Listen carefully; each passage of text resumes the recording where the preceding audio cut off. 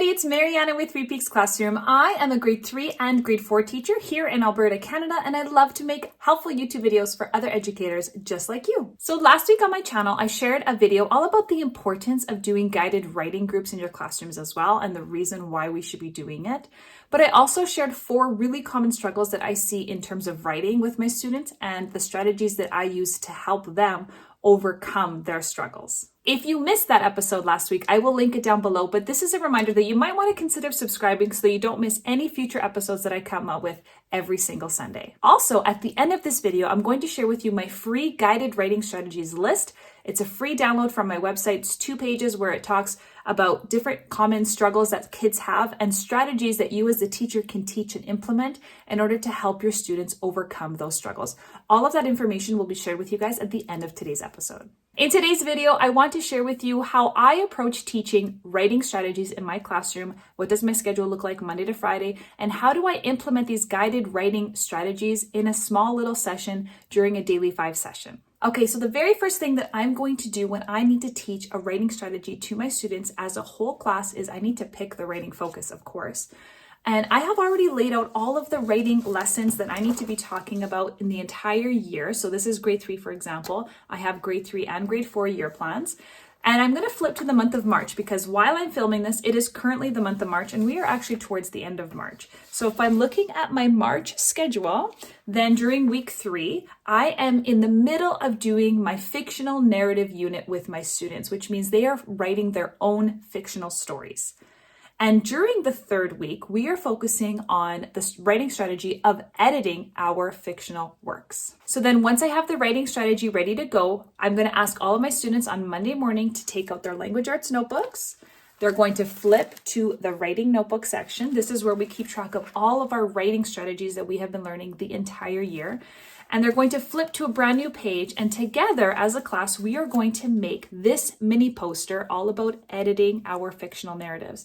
Now, if you teach in the province of Alberta, then these outcomes are directly related to the brand new program of studies. So I know when I teach this outcome, 7.1.8, students are learning how to edit for spelling, punctuation, and grammar. Super simple. It's all related.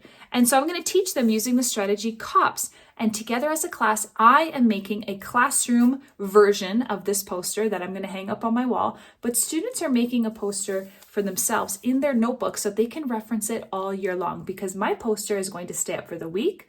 Maybe it'll stay up for a week or 2, but then I'm going to have to take it down because when we focus on the next writing strategy, I'm going to have to hang up that poster as well. But this way, students keep it in their notebooks for the whole year. So that would be Monday's lesson, for example. We just make this poster and we talk about the importance of it. Then on Tuesday, I would bring this poster out again and I would ask my students, let's review the concept here, but let's practice it now. As a class, I'm going to put up, a paragraph from a text that I have been writing, but I need your help to edit it. And let's use this strategy so that we are editing it for perfection. After we do it as a class, then I might break the kids up into small groups or maybe even pairs of kids. And using their anchor chart as a reference, I would give them each a small piece of paper with text already written on it, and I would have them edit that as well, just to practice. Okay, so now that we have learned about it on Monday and practiced it on Tuesday, then Wednesday, here is where I get to practice it in a small group setting. We're not doing guided writing yet. I'm just practicing with a small group of students so that I can get really quick feedback and see how well are the students doing with this strategy. So on Wednesdays, I like to do daily 5 as well. And during the daily 5 rounds, I will meet with every single one of my students. I will make myself a station. So after they're done reading to themselves, then maybe the next one is work with teacher.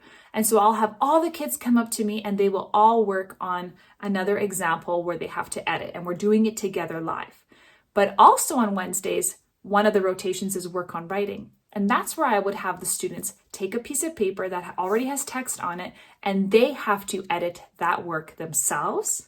And they have to hand that in, kind of like an exit slip. Then after school on Wednesday, I'm going to have a quick look through all of those little slips of paper to see who is getting the concept of editing and who still really needs help with this. Then on Thursday, we run daily 5 stations again, but this time I'm not meeting with all of my students. I'm just meeting with the ones that I saw on those slips of paper yesterday wow, they need a lot of practice with this. So I'm going to pull the 3 or 4 or 5 kids or however many kids, still in a small group. And that's when I'm going to run my focused guided writing practice session. So together in a small focused guided writing group, I would take those students and we would work on editing that piece that they struggled on yesterday during daily 5. And so I would have an example here in a plastic cover, and we would take out our markers and together we would go through our list on our strategy page.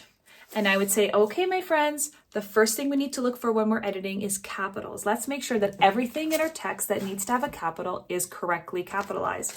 So then together, everybody's working on the same piece of paper. And I would ask the first student to notice any capital mistakes, the second student, yada, yada, until we're finished and we're satisfied with all of the capitalization errors.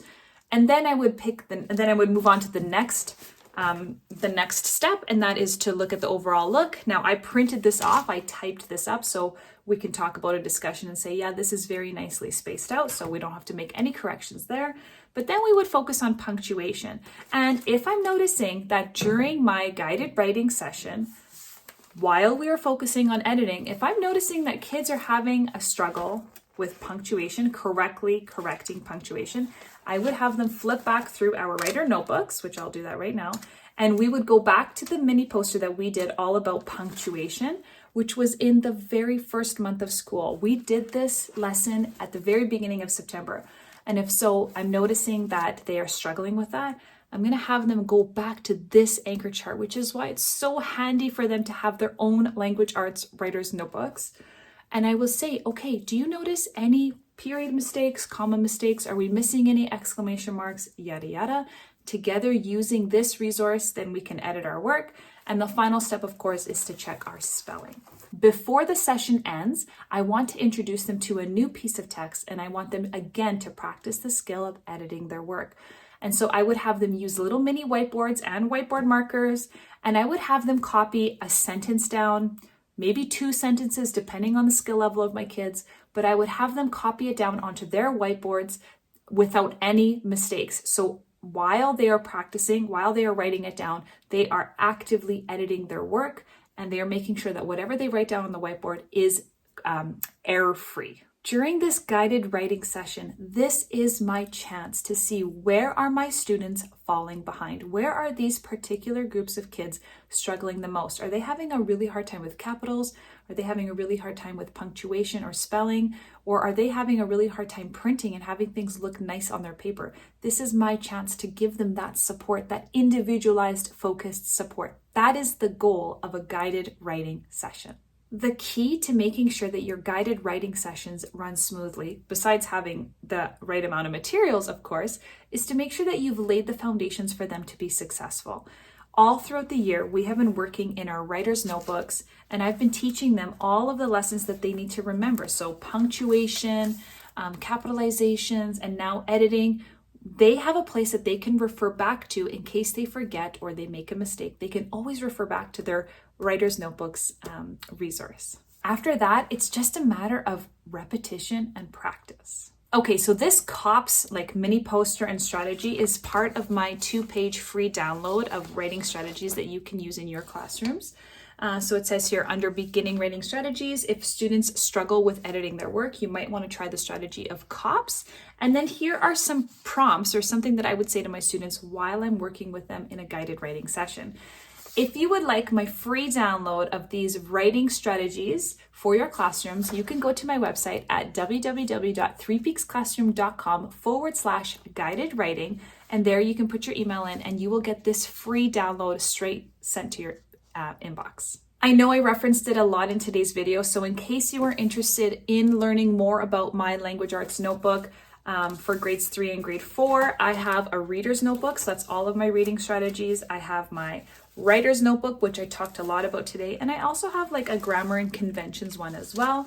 This covers almost the majority, probably all of your language arts outcomes, besides the ones that have to do with speaking and presenting. But without this, I don't know how I would manage to cover all of the outcomes, to be honest. So in my writing strategies notebook, there's lots of different topics here that the students use and reference all year long. If you are interested in learning more about my language arts notebooks, you can check out the description of my video. They are all available in my TPT shop. Thank you so much for watching today's video. I hope you found that helpful. If you did, I would love to hear from you, and I would love for you to leave a comment down below. I know a lot of you guys have been commenting lately on my videos, and I want to give just a special shout out to my buddy Jake. Jake, thank you so much for taking the time to leave comments on all my recent videos. I really appreciate that so much. I hope you leave a comment under today's video as well.